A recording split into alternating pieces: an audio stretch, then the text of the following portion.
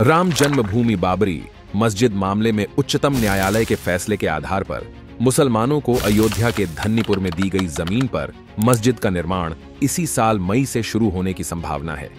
मस्जिद का निर्माण कर रहे Indo Islamic cultural foundation trust ने अगले साल फरवरी से इस परियोजना के लिए व्यापक रूप से चंदा जुटाने के मकसद से विभिन्न राज्यों और जिलों में एक एक प्रभारी बनाने का भी इरादा किया है।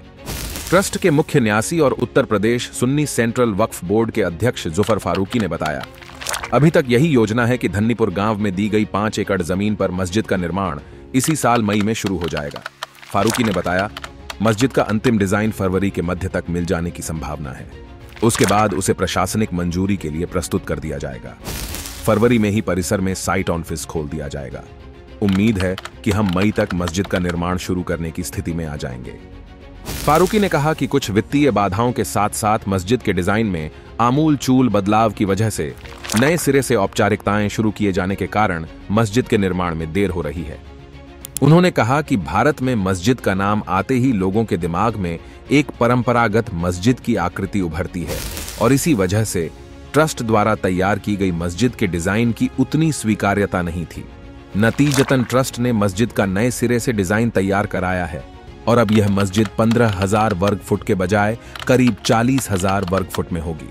वित्तीय सहायता के लिए चंदा इकट्ठा करने की संभावना के बारे में पूछे जाने पर फारूकी ने कहा, अभी हमने जिलों में जाने के कार्यक्रम को फिलहाल रोक रखा है। अभी ट्रस्ट से जुड़ी मुंबई की टीम इस मामले पर काम कर रही है और उम्मीद है कि 1-1.5 महीने में ट्रस्ट के पास पर्याप्त धन आ जाएगा। उन्होंने कहा, दरअसल चंदा इकट्ठा करना बहुत बड़ा काम होता है और इसकी देखभाल कर पाना बहुत मुश्किल होता है। हम कोशिश यह कर रहे हैं कि कुछ राज्यों में अपने लोगों को जिम्मेदार बना दें और वे परियोजना के लिए वित्त पोषण हासिल करने के लिए चुनिंदा तरीके से काम करें, जिसमें पारदर्शिता और जवाबदेही दोनों हो।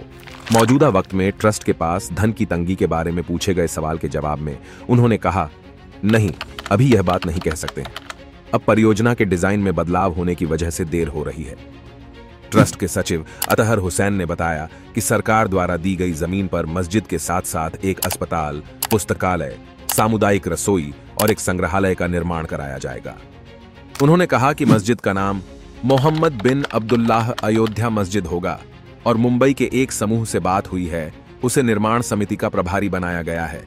सबसे पहले मस्जिद ही बनाई जाएगी। मस्जिद का निर्माण कब तक पूरा हो जाएगा?